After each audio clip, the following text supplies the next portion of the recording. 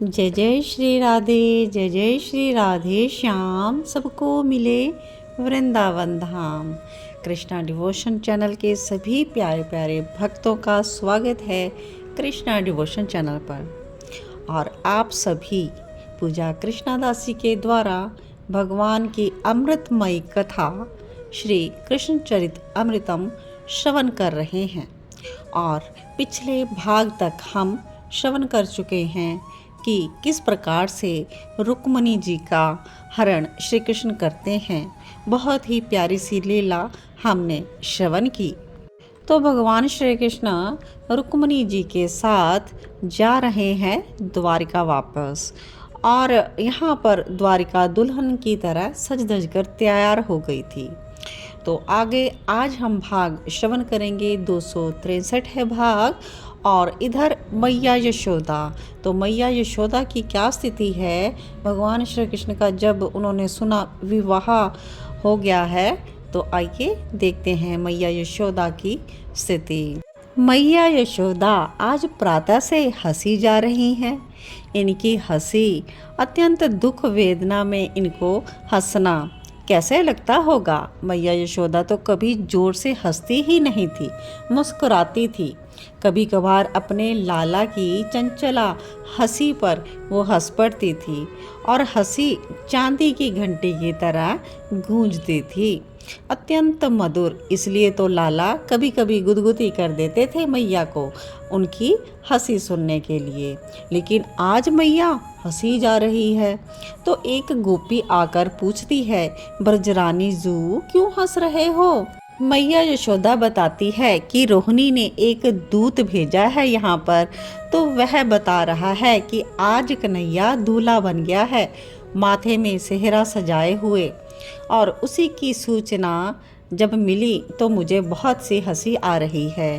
तो अब ब्रजराज आएंगे तब उनसे यह पत्र भी पढ़वाऊंगी।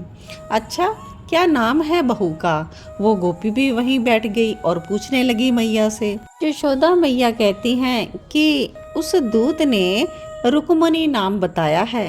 हाँ, बहुत अच्छा नाम है। उस गोपी ने कहा, नाम तो अच्छा है, और कैसी है दिखने में। दूत कह रहा था कि गोरी है, मैंने तो नहीं देखा, पर उसको अभी मैं तुझे दिखाती हूँ। उस गोपी का हाथ पकड़कर मैया उठा देती है, अपने महल में ले जाती है। एक संदूक खोलती है, ये देख, मैंने अपने लाला के ब्याह के लिए बनाया था। वो ये सेहरा बांधता मैंने बड़े प्रेम से बनवाया था, पर अब तो अश्रु शुरू हो गए मैया के, और वो शून्य में खोने लगी और अपने ही ख्यालों में खोई हुई क्या कहती है यशोदा मैया, दूल्हा बनेगा मेरा गोपाल, दूल्हा बनेगा मेरा गोपाल, ब्याह करेगा। और ब्याह के गीत मैया यशोदा गाने लगी, हंस भी रही है और उनके नैनों से अश्रु भी निकल रहे हैं। साध मेरी जीवन की पूरी करेगा मेरा गोपाल, मेरा ब्याह करेगा। और अब तो नाचने भी लगी हैं यशोदा मैया। आगे रोहिणी ने जो पत्र भेजा है उसको पढ़ा जा रहा है। भीष्मक की पुत्री है जीजी, रुक्मणी नाम है, हरण करके लाया है अपना कन्हैया उसे। वैसे तो उसी ने पत्र लिखकर अपने लाला से प्रार्थना की थी कि मुझे यहाँ ले आओ, इसलिए कन्हैया गया और रुक्मणी को ले आया। सुंदर है, विवाह महोत्सव कल का रखा है। अब क्या कहूँ, मथुरा में तुम तो आई नहीं, अब द्वारिका में क्या आओगी। दूर है, समुद्र के किनारे है ये द्वारिका। जी, जब से मैं वृंदावन से आई हूँ मुझे हंसी ही नहीं आती, किसी काम में कोई उत्साह नहीं रह गया है। बस आप लोगों की याद आती रहती है, लगता है सब कुछ छोड़कर वृंदावन में ही आ जाऊं। जी, आशीर्वाद भेजना अपने लाला के लिए और अपनी बहू के लिए, तुम्हारी बहुत याद आती है। अब कब मिलना होगा पता नहीं, तुम्हारी बहन रोहिणी।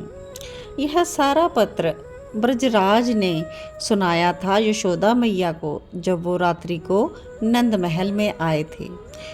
ब्रजरानी सुनती रही और जब पत्र पूरा हुआ तब बोली, सुनिए, मैं जाऊंगी द्वारिका। क्या? ब्रजराज चौंके। तुम जाओगी? मथुरा तो गई नहीं, अब द्वारिका जाओगी? हाँ, मेरे लाला का ब्याह है, मेरे बिना उसका ब्याह कैसे होगा? आप भी चलिए, हम दोनों जाते हैं। ब्रजराज उठे और यशोदा के कंधे में हाथ रखते हुए बोले, यशोदा, बहुत दूर है द्वारिका, बहुत दूर, हम लोग नहीं जा पाएंगे। अच्छा, ब्रजराज समझाते हैं तो बेचारी मान भी जाती है।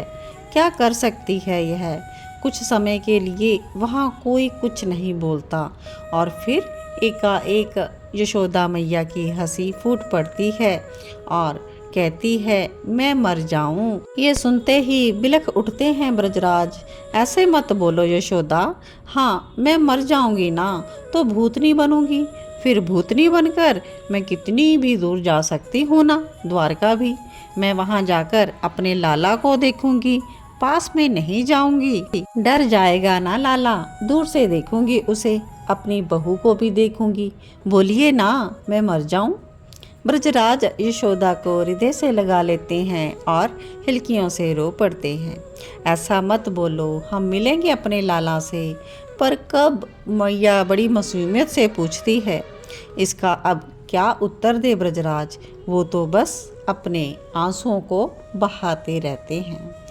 तो बहुत ही सुंदर हमने यशोदा की विरह वेदना और उनकी खुशी, अपने बेटे श्री कृष्ण और बहू को देखने की उनकी तड़प, किस प्रकार से आज हमने बहुत ही भावुक भाग श्रवण किया इस कथा में से।